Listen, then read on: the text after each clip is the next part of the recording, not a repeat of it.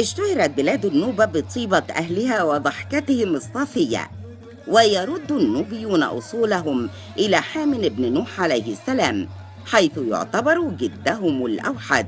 ويعتبر النوبيون من أكثر الناس تديناً، إذ كان الاعتقاد السائد لديهم بالحياة الأخرى قديماً، فكانوا يكرسون حياتهم استعداداً لرحلة الحياة الآخرة.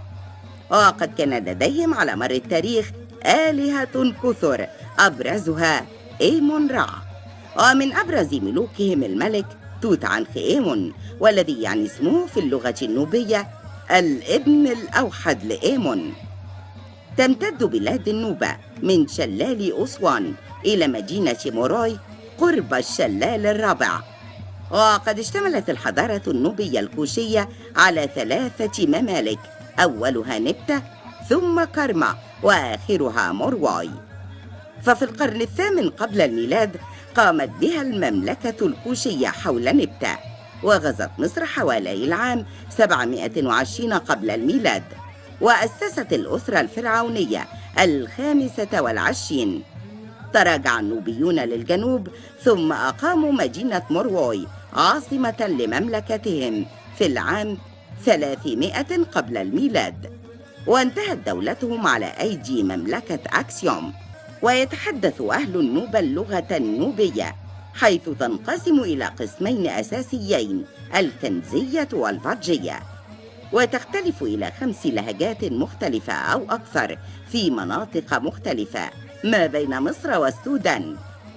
ويتحدث السكان الحاليون بجانب اللغة النوبية اللغة العربية بالطبع، مع عدة لغات أخرى كالإنجليزية والفرنسية والإيطالية، بحكم اختلاطهم بالسائحين والزوار الأجانب.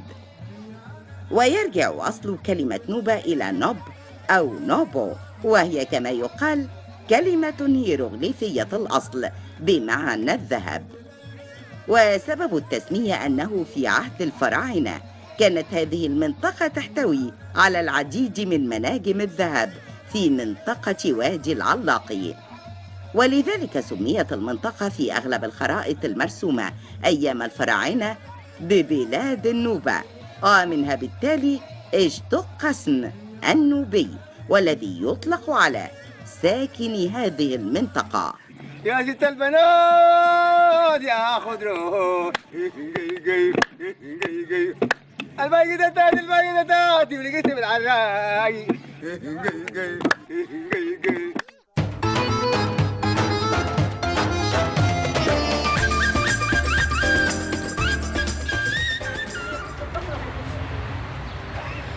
نرجع لحضراتكم مرة تانية مشاهدينا. على فكرة احنا شخصيا مستمتعين جدا جدا باليوم النوبي الجميل اللي بنعيشه النهارده في مصر الجميلة.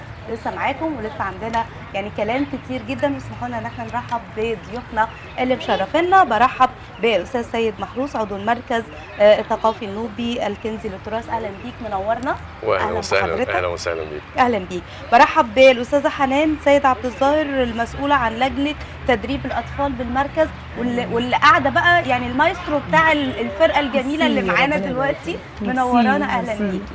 وعلى جنب بقى كانت قاعده عمنا بتعمل شغل الحنه وشغل العروسه رشا. اهلا بيكي يا رشا، منورنا وبجد سعداء بيكم جدا النهارده في مصر جميله.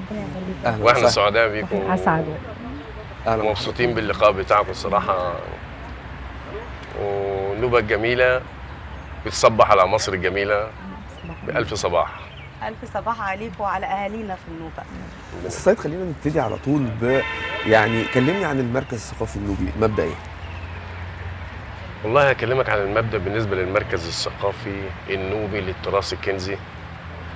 ده تأسيسه يعني لدوبك بقالنا سنة أو سنة وشوية، وعملناه بجهود ذاتية مع بعضينا، مجموعة رجال أو شباب غيورين على التراث الكنزي، بحيث إن هم عايزين يحيوا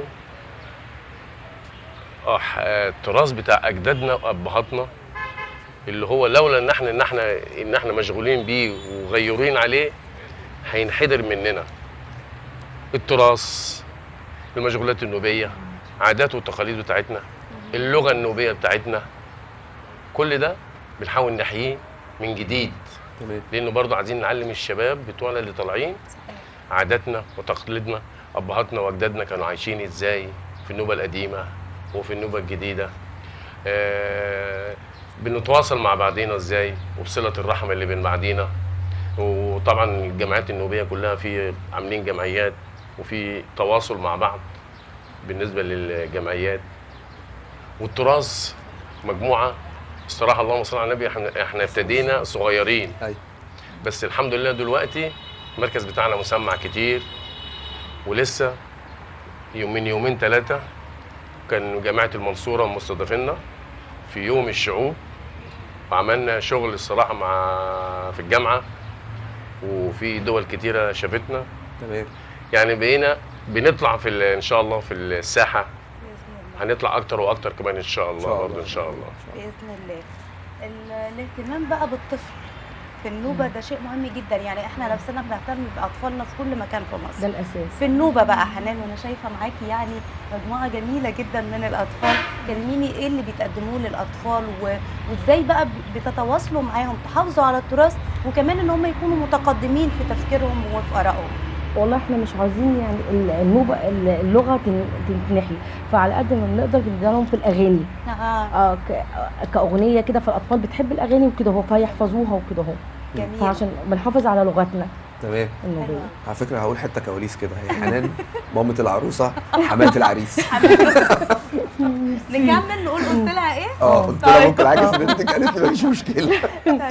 احنا عايزين فعلا هنستمتع دلوقتي باغنيه منهم، بس رشا برضو قولي لي بقى، انت بترسمي، انت قاعده ترسمي من الصبح، فانت بترسمي، هل في رسمه معينه خاصه بالعروسه ولا دي بتختلف بقى حسب مزاجك وحسب؟ لا لا، حسب مزاج العروسه نفسها هي اللي بتختار الرسومات اللي هي عايزاها. ارفعي الميه. وريني الحنه. لا ده انا مش هسالها، بس انا هخليها تعمل لي كمان، يعني عماله تعمل له مش معنى انا. قولي لي ايه الحاجات اللي بتستعمليها دي؟ بنحط فيها حاجه اسمها سراتيه، بنعجنها بالسراتيه. قربي بس قربي الميه كده وريني انا دي. دي يا جماعه الحنه اللي هي قاعده بترسم بيها. ما تجيبي ارسم لك انا. لا شكرا يا رشا. انا خبير والله. متشكره. مش عارفه عايز يبوظ كل حاجه، مش عارفه ليه. دي عباره عن حنه عاديه، حنه حمراء معجونه. وايه كمان؟ وميه وكده يعني. تمام. وحاجه وسراتيه وكده. تمام. هم بقى هيغنوا لنا اغنيه دلوقتي، هتغنوا لنا ايه؟ على ما رشا تعمل لي استاذ موسى هتقول لنا ايه يا استاذ موسى؟ بالحنه. استاذ موسى عشان انا كمان يبقى عندي رسمه من رشا. احنا نسينا معلش ننسى الاستاذ موسى الملحن الكبير معانا. تمام. اللي هو بنشكركم بجد الاستاذ على موسى مجهودكم والاستاذ علاء عبد الله والاخ حمدي عبده، كلهم من اعضاء المركز، ودول هم اللي شايلين الشغل كله الصراحه يعني. تمام. احنا بنشكركم. احنا من هنا بشكر، انا عن نفسي بشكرهم من هنا يعني، وبالنسبه عن نيابه عن المركز بشكر الاخ موسى، لانه هو دلوقتي الفنان الكنزي والملحن الكنزي الوحيد اللي موجود دلوقتي. ربنا يديله الصحه يا رب ان شاء الله كده، ويمتعنا ويربي اجيال جديده تحافظ وتتواصل باذن الله مع التراث النوبي. احنا املنا فيه وفي ربنا ان شاء الله. ان شاء الله ربنا يديله الصحه. اتفضل. سمعونا ايه بقى؟ هتقولي يا استاذ موسى ولا علاء؟ انت بقى تسيبي المايك لمصر. قول لمصر. جميل.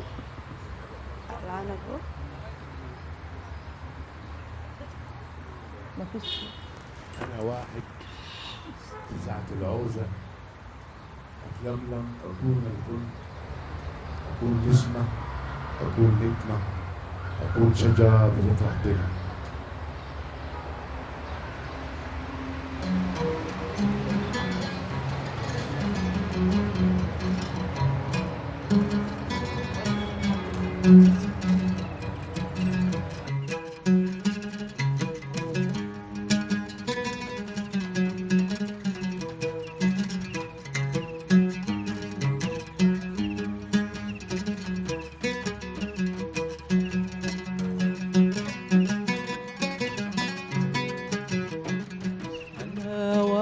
في ساعة العوزة أتلملم وأكون الكل. أنا واحد في ساعة العوزة أتلملم وأكون الكل. أكون نسمة وأكون نجمة، أكون نسمة وأكون نجمة، وأكون شجرة بتطرح ظل. أنا واحد أنا واحد.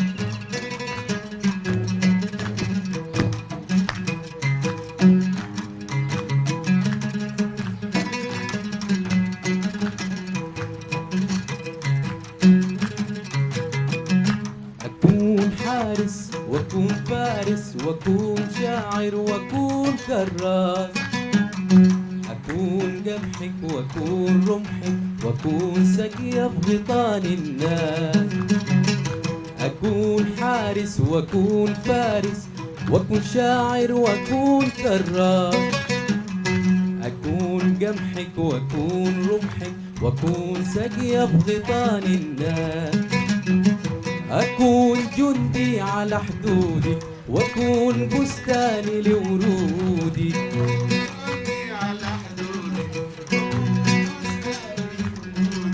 أكون جندي على حدودي وأكون بستاني لورودي.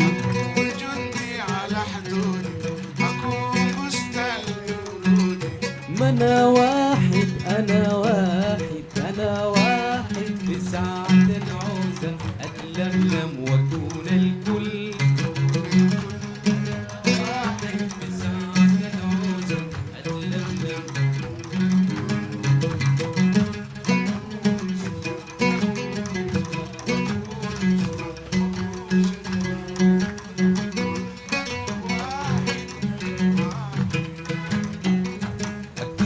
حارس وأكون فارس وأكون شاعر وأكون كراس، أكون قمحك وأكون رمحك وأكون سقيا في غيطان الناس. أكون حارس وأكون فارس وأكون شاعر وأكون كراس، أكون قمحك وأكون رمحك وأكون سقيا في غيطان الناس.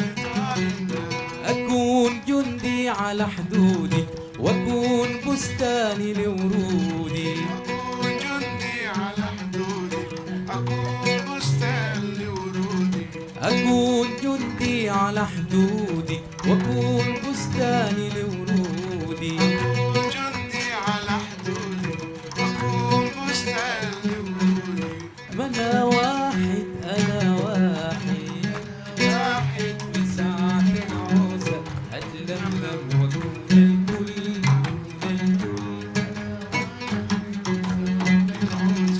أتلملم وأكون الكل. نسمة وأكون نسمة أكون نسمة وأكون نسمة وأكون شجرة بتطرح. أنا واحد أنا واحد.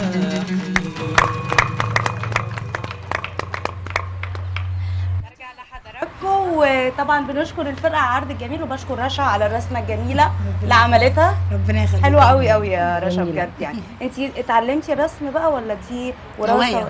هوايه. لا بس جميله ما شاء الله، تسلم ايديكي. ربنا يخليك. اهو كده كويس. همت بس عشان تبين الرسم. ايوه تمام.